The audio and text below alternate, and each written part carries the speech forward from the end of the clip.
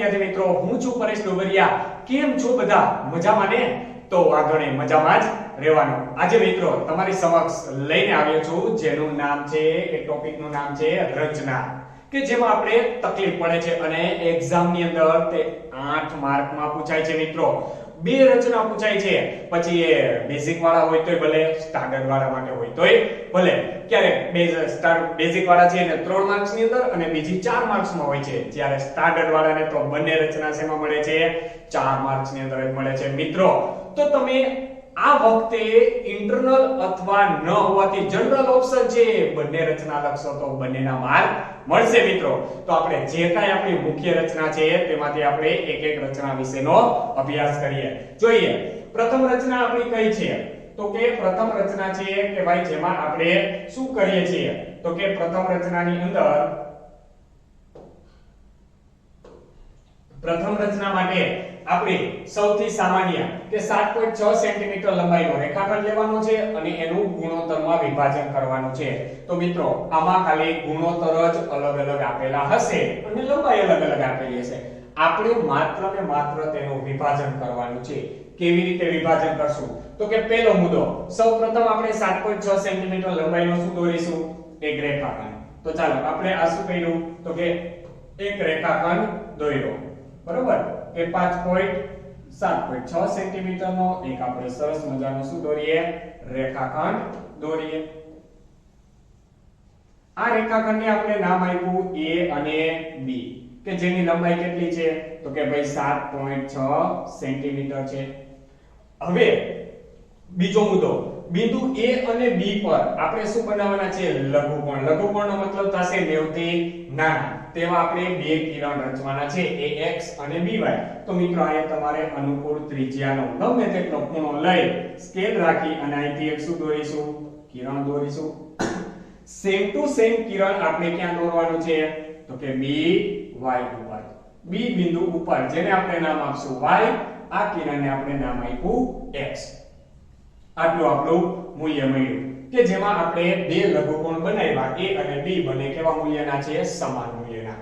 હવે ગુણોત્તર તરફ જઈએ તો પ્રથમ ગુણોત્તર જે છે એટલા ભાગ તમારે AX ઉપર પાડવાના છે અને બીજું મૂલ્ય જેટલું છે એટલા ભાગ કોની ઉપર પાડવાના? BY ઉપર પાડવાના છે. કે કિરણ AX પર A થી A1, A1 A2 થી A4 A5 થાય તેવા કેટલા? સમાન ત્રિજ્યાના 5. તો તમારે અનુકૂળ ત્રિજ્યા લેવાની, A થી ભાગ પાડવાનો છે. એ ભાગને આપણે નામ આપીશું A થી પેલું મૂલ્ય એટલે આપણું થશે A1. તમારે અહીંયા ચાપ મારવાની છે, બરોબર? શું કરવાનું છે? ચાપ મારવાની છે. એટલા જ મૂલ્યની થશે A2, એટલા જ મૂલ્યની A3, એટલા જ મૂલ્યની A4 અને A4 થી કેટલી મારવાની? A5. તો પેલો ગુણોત્તર 5 હતો, તો AX ઉપર કેટલા ભાગ પાડ્યા? 5 ભાગ પાડ્યા. હવે BX ઉપર આવું જ સમાન, અહીંથી પરિકર રાખી અહીંયા પેલું મૂલ્ય B1, એવી રીતે B2, એવી રીતે ત્રીજી ચાપ, ચોથી ચાપ, પાંચમી, છઠ્ઠી, સાતમી અને આઠમી. આ બધા બિંદુને નામ આપી દો B3, B4, B5, B6, B7 અને B8. બસ આ આપણા મૂલ્ય થઈ ગયા. હવે માત્ર ને માત્ર આપણે આનું છેલ્લું બિંદુ એટલે કે A5 અને આનું છેલ્લું બિંદુ એટલે B8, કે બિંદુ A5 અને B8 ને શું કરી દેવાનું છે? જોડી દેવાનો છે. બસ અહીંથી સ્કેલ રાખી અને આપણે શું કરી દેવાનું? જોડી દેવાનું. એટલે આપણા રેખાખંડના કેટલા ભાગ પડી ગયા? યસ, બે ભાગ પડી ગયા. જેમાં આ ભાગ આપણને શું મળશે? બિંદુ C નામ આપ્યું અને AC જેમ BC, એટલે કે આ A થી C જેમ B થી C, જે આપણું મૂલ્ય મળી ગયું. કેટલું થઈ ગયું? 5:8. બસ સિમ્પલ, પૂરું. આટલી જ આપણી મુખ્ય રચના છે. 4 મુખ્ય મુદ્દા લખવાના છે. બે ભાગ પાડીને એક બાયસેક્ટ કર્યું. અનુકૂળ ત્રિજ્યાની 5 પહેલાનું ગુણોત્તર 5 હતું તો 5 ભાગ પાડ્યા. 8 મૂલ્ય હતું તો કેટલા ભાગ પાડ્યા? 8 ભાગ પાડ્યા. અને બંનેના છેલ્લા મૂલ્ય છે એને શું કરી દીધા? યસ, જોડી દીધા. તો આપણને આપણી રચના મળી ગઈ મિત્રો. આના કેટલા માર્ક્સ? 4 માર્ક્સ છે રોકડા. અને 110% તો મિત્રો આ જ મૂલ્યની રચના હશે. 7.6 અને ગુણોત્તર હશે 5:8. તો બસ આપણે માત્ર ને માત્ર આટલું જ એમાં કરવાનું છે. ઓકે, ત્યાર પછી નેક્સ્ટ રચના આપણી છે કે જેમાં જેની અંદર આપણે શું કરવાનું છે તો કે જેની અંદર ત્રિકોણ આપ્યો છે કે કોઈ ત્રિકોણ ABC છે જેની અનુરૂપ બાજુઓ સાથેનો ગુણોત્તર કેટલો હોય તો કે 3/4 હોય તેવા ત્રિકોણ ABC ને સમરૂપ ત્રિકોણની આપણે શું કરવાની છે રચના કરવાની છે. તો મિત્રો આપણે એક એવો ત્રિકોણ બનાવીશું કે BC ના સમતલમાં એ છે તેનાથી વિરુદ્ધ, એટલે કે આપણે એક શું કરી નાખીએ, પહેલા તો એક ત્રિકોણ દોરી નાખીએ. ચાલો, આ મળી ગયો આપણને ત્રિકોણ મળ્યો ABC મળી ગયો. આ મૂલ્ય આપણે કહી દઈએ AB અને C. હવે જે બાજુએ A છે તેનાથી વિરુદ્ધ સમતલમાં BC સાથે લઘુકોણ બનાવે કે આ BC સાથે લઘુકોણ બનાવે એવું આપણે એક શું દોરીશું, કોઈ એક કિરણ BX દોરો. તો ભાઈ આ કિરણને નામ આપી દીધું આપણે BX. એ આ બાજુ છે અને x આ બાજુ લીધું, વિરુદ્ધ સમતલમાંથી ગયું કે નહીં તો એનાથી બીજા સમતલમાં લઈ લીધું.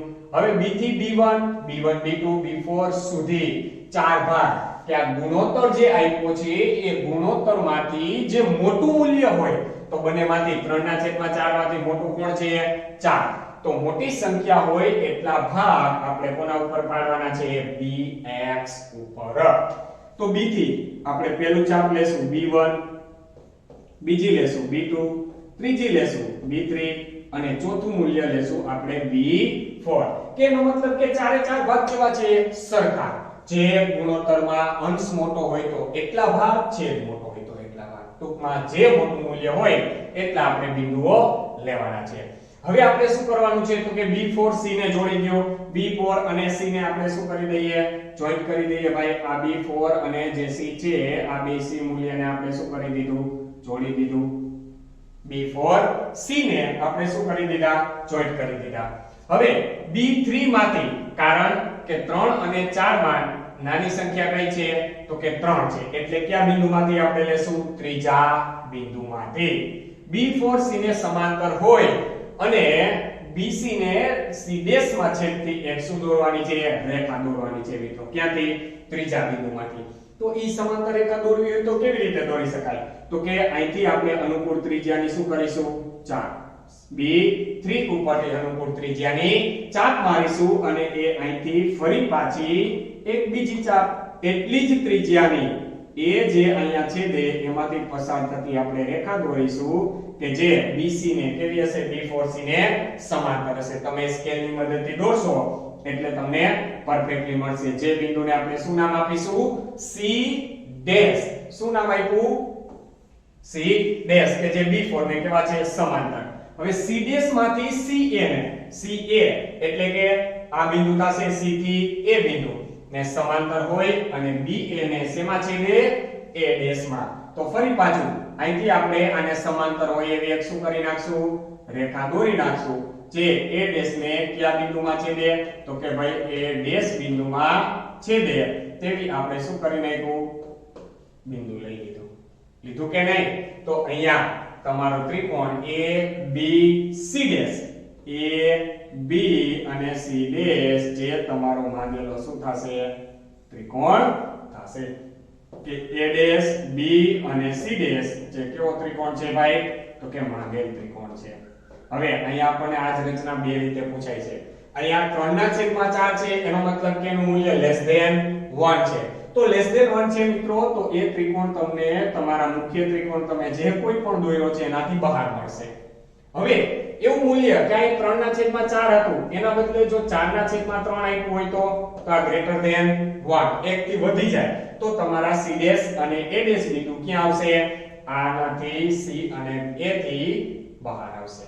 તો આના પછીની મિત્રો રચના જે છે એ રચના કંઈક આપણી આવી જ છે. કેવી છે એની રચના તો કે જે ત્રિકોણની બાજુઓનો આપેલા ત્રિકોણની બાજુઓ સાથે સેમ ટુ સેમ, ખાલી ગુણોત્તર જો શું થઈ ગયો 5/3. સેમ રચના આપણે એક શું કર્યો, ત્રિકોણ બનાવીએ. એક શું કરી લઈએ તો કે ભાઈ પહેલો તો આપણે એક લઘુકોણ બનાવે એવો ત્રિકોણ બનાવી લઈએ, આને મૂલ્ય આપી દઈએ a બિંદુ, આ આપણું થશે b બિંદુ અને અહીંયા લઈ લઈએ કયું બિંદુ તો કે બિંદુ c. સેમ પહેલું. હવે પહેલો નિયમ ત્રિકોણ લઈ લીધો, આ ત્રિકોણ બનાવી લીધો.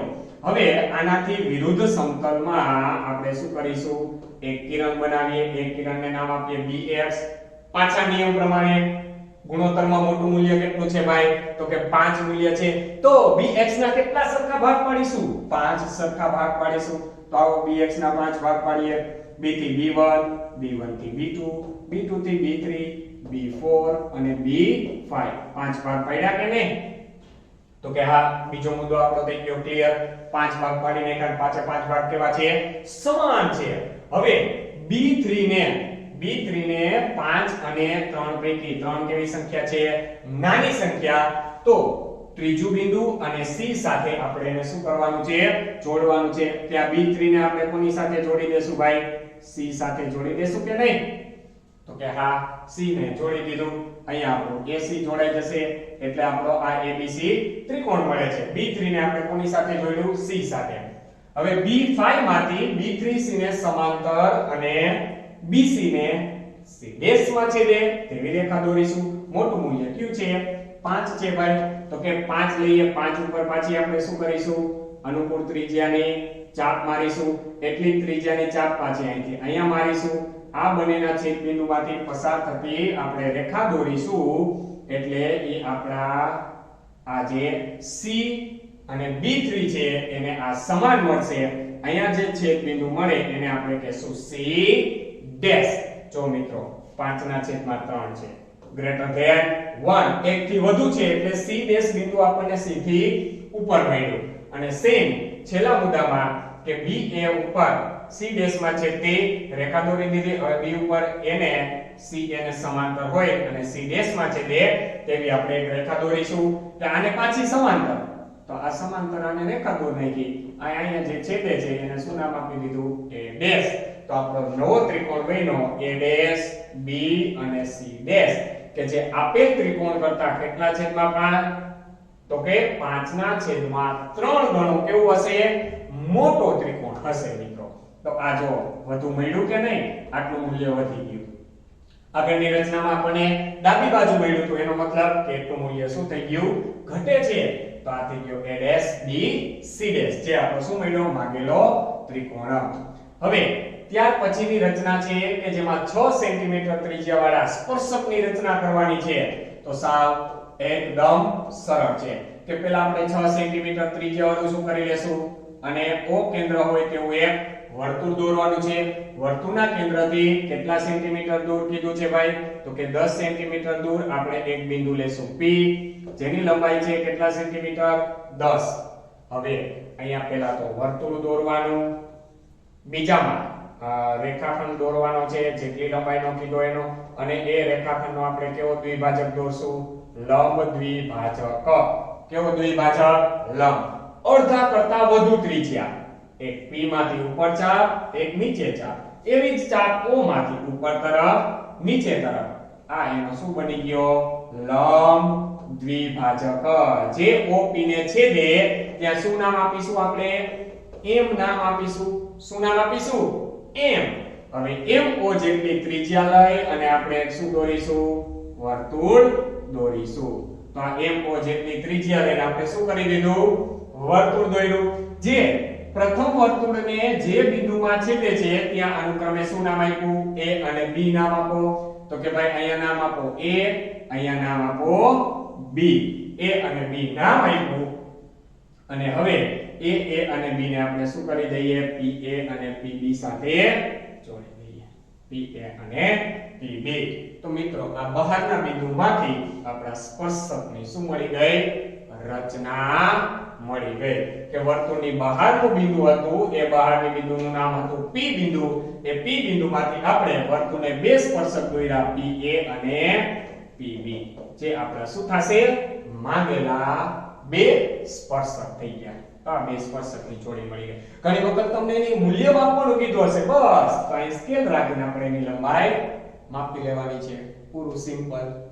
તો આ થઈ ગઈ આપણી બિંદુ. હવે સેમ ટુ સેમ આવી જ રચના પણ તમને બે બિંદુ કીધા છે, તો જેવું તમે આવું રાઈટ સાઈડ બનાવ્યું છે એવું જ સેમ ટુ સેમ તમારે કંટ્રોલ C કંટ્રોલ V કઈ બાજુ મિરર કરી નાખવાનું છે.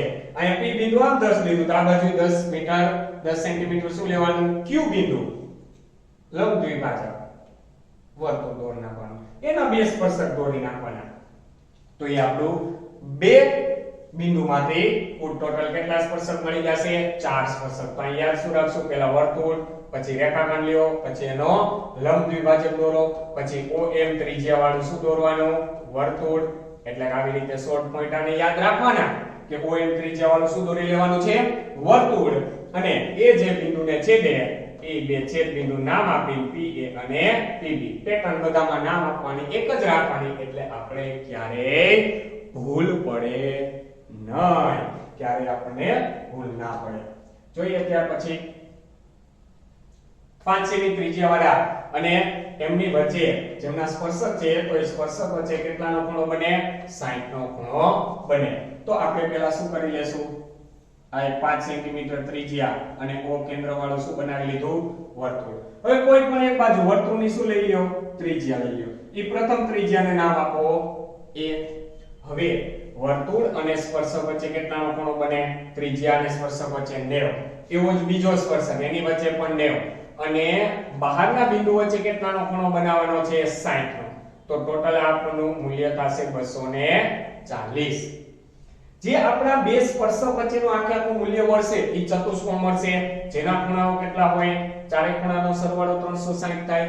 તો 360 માંથી આપણા ત્રણ ખૂણા છે 240, તો ચોથો ખૂણો કેટલો હોય 120 નો હોય કે નહીં. એનો મતલબ કે 120 નો ખૂણો ક્યાં બનશે કેન્દ્ર આગળ બનશે. તો કેન્દ્ર આગળ અનુકૂળ ત્રિજ્યાની શું લેશું 4. અહીંથી પાછી કેટલું મૂલ્ય એટલી ત્રિજ્યાની ચાપ એટલે 60 નો ખૂણો, પાછી એટલી ત્રિજ્યાની ચાપ એટલે કેટલાનો ખૂણો બન્યો 120. તો 120 નો ખૂણો બનાવે એવું આપણે શું રચી દેશું કિરણ, જે વર્તુળને કયા બિંદુમાં છે તે ભાઈ B બિંદુમાં છે તે. હવે બે બિંદુ તમને મળી ગયા અને આ ખૂણો કેટલો મળ્યો વર્તુળના કેન્દ્ર આગળ 120 ડિગ્રી. A અને B ઉપર હવે તમારે 90 નો ખૂણો બનાવે એવા બે કિરણ AX અને BY રચવાના છે. તો 90 ના ખૂણા માટે ફરી પાછું અહીંયા આપણે શું કરીશું અનુકૂળ ત્રિજ્યાની ચાપ, અનુકૂળ ત્રિજ્યાની ચાપ, અથવા તો અહીંથી જેટલી તમે ત્રિજ્યા લીધી છે એ વ્યાસ જેટલું પાછી અહીંથી ચાપ મારશો કે અહીંથી અહીંયા સુધીની વ્યાસ જેટલી ત્રિજ્યા લઈ અને બે ચાપ મારશો. ઓકે, અહીંથી એક ચાપ અને અહીંથી બીજી ચાપ એટલે એ કિરણ તમારું કેટલાનું બનશે તમારા સ્પર્શક સાથે કેટલાનો ખૂણો બનાવશે એ કિરણ 90 અંશનો ખૂણો બનાવશે. જો અહીંયા કેટલાનો ખૂણો બનશે 90 નો.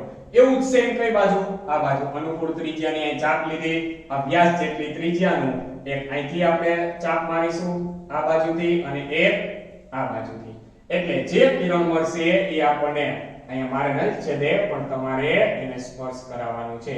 તો બંને કિરણો જ્યાં છેદશે એ બંને કિરણો જ્યાં છેદે ત્યાં તમારે શું નામ આપવાનું છે તો કે ભાઈ આ પહેલું કિરણ આપણને મળ્યું AX અને બીજું આપણને મળશે એક છેદ બિંદુ આ બાજુ મળશે, એક અહીંથી આ બાજુ, અને એ 90 નો ખૂણો બનાવશે. બંને જ્યાં બાયસેક્ટ કરે આ પણ કેટલાનો ખૂણો બન્યો 90 નો ખૂણો બન્યો, અને જે છેદ બિંદુ મળે એને આપણે P કહેશું. આ BY કિરણ છે આ AX અને P બિંદુ જે મળ્યું એ બે સ્પર્શક છેદા જેમની વચ્ચેનો ખૂણો મિત્રો કેટલો થશે 60. તો આવી રીતે આપણે બંને કિરણ એકબીજાને છેદે છે P નામ આપો અને ખૂણો P છે એ કેટલાનું મૂલ્ય થશે 60 નું. એ બે ત્રિજ્યા લીધી કેન્દ્ર સાથે 120 નો ખૂણો આપણે આ ગણતરી કરીને બનાવ્યો છે. તો આ આપણા થઈ ગયા સ્પર્શકની રચના મિત્રો. તો આટલી આપણી મુખ્ય રચનાઓ છે, એમાંથી કોઈ પણ બે રચના તમને એક્ઝામ ની અંદર પૂછાઈ શકે. તો આ વિડિયોને અંત સુધી જોઈ અને તમે બધી જ રચનાઓ છે એમનું બેઝિક કન્સેપ્ટ પહેલા તો કઈ કઈ સ્ટેપ કરવાના છે એ સ્ટેપ યાદ રાખી લેશો એટલે રચના ઓટોમેટિક તમને આવડી જશે. Thank you. જય હિન્દ, જય ભારત.